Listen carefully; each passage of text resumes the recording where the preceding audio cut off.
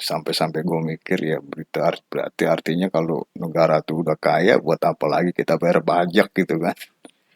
Kan negara udah banyak banget duitnya masa kita masih disuruh bayar pajak lagi. Jadi di pikiran gue 2045 itu ya minimal orang-orang tua yang 50 tahun ke atas, 60 tahun ke atas itu udah bebas dari segala macam beban pajak gitu. Itu 2045 Indonesia Emas versi gua.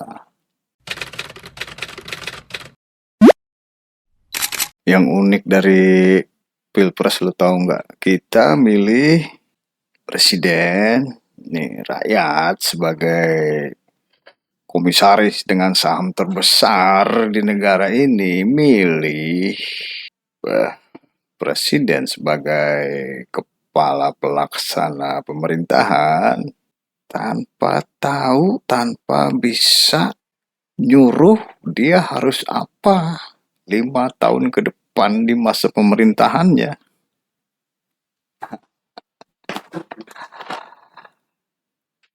Ah, akhirnya apa? Akhirnya kita mengkonsumsi iming-iming apa yang bakal dia lakukan 5 tahun ke depan versi dia. Versi si capres yang bakal kita pilih. Bukan mengenai apa yang kita mau dalam 5 tahun ke depan itu, dia harus ngapain. Kok bisa begitu ya? Karena kita nggak pernah punya rumusan yang pasti mengenai 5 tahun ke depan. Goalsnya apa? 10 tahun, 50 tahun, 100 tahun, 5.000 tahun ke depan. Jadi ngeri-ngeri sedap loh. Bayangan kita tentang 2045 itu kan refleksi dari 1945 dalam rangka ke 100 tahun Indonesia merdeka. Ya lumayan gitu. Tapi minimal apakah itu jadi satu imajinasi yang sama, yang utuh antara semua komponen di negara ini. Artinya dari puncak lembaga tertinggi ya, MPR, ke bawah lagi DPR, eksekutif, yudikatif, MA gitu. Bawah lagi gubernur, bupati, lurah, sampai kita nih kepala rumah tangga. Kita taunya 2045 itu Indonesia emas kayak apa juga nggak tahu. Ya kayak gua misalnya bayangan gua tuh Indonesia emas negara kita tuh udah kaya banget saking kayanya. Artinya dengan program hilirisasi dan digitalisasi yang pertama kita pasti di hilirisasi itu menuai margin yang luar biasa ya keuntungan dari hasil pengolahan sumber daya alam. Digitalisasi meminimalisir korupsi harus jangan gitu. Jadi dengan dua barang itu aja hilirisasi dan digitalisasi ya dengan bisa me- menghasilkan pendapatan yang banyak banget lah gitu sampai-sampai gue mikir ya berarti artinya kalau negara tuh udah kaya buat apa lagi kita bayar pajak gitu kan. Kan negara udah banyak banget duitnya masa kita masih disuruh bayar pajak lagi. Jadi di pikiran gue 2045 itu ya minimal orang-orang tua yang 50 tahun ke atas, 60 tahun ke atas itu udah bebas dari segala macam beban pajak gitu. Itu 2045 Indonesia Emas versi gua. Versi tetangga gue beda lagi.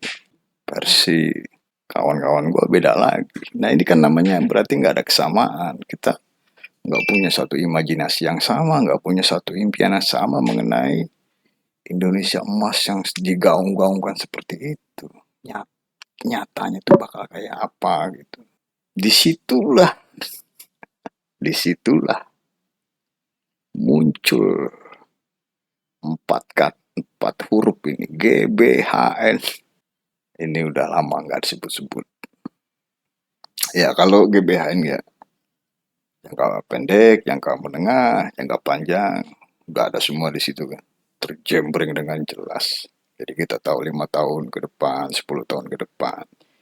Ya ini juga ada bagusnya buat memudahkan kita dalam rangka pemilihan capres karena udah ada goalsnya, udah ada haluannya, udah ada tracknya. Jadi fokus ke kecenderungan kita kepada para capres itu ialah tentang action ya. Kan goalsnya udah ada tuh. Dia udah nggak perlu lagi mikir gue 5 tahun tuh mau mencapai apa. Udah ada.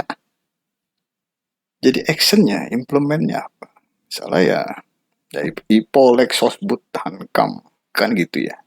Satu titik berat ya misalnya capres A ke Hankam. Capres B ekonomi. Capres C Sosbud. Itu titik beratnya. Tinggal kita nanti mana nih rakyat kebanyakan ini kecenderungannya kepada menu yang mana nih, kan itu kan jadi semuanya dalam kerangka kenegaraan nggak bakal lari dari situ. Atau misalnya memang ada ya terolah kayak sekarang tiga-tiga capres ini ternyata memiliki interest yang sama tentang satu bidang misalnya ekonomi. Terus mereka akan bertarung di track yang sama, goals yang sama. Terus di mana letak pertarungannya? Ya di caranya, kan pasti beda. Untuk menuju goals yang ini, capres A akan menempuh jalan yang ini, capres B akan menempuh jalan yang ini, capres C akan menempuh jalan yang ini. Ya tinggal mana yang disukai masyarakat. Kalau kayak gitu, gua rasa agak sedikit lebih rileks lah ya. Yang kita pilih ya benar-benar programnya ya. Kita tidak terfokus kepada siapa-siapanya, tapi apa yang bisa lu kerjain dalam 5 tahun ke depan untuk bidang yang lu pilih bakal lu concern di situ.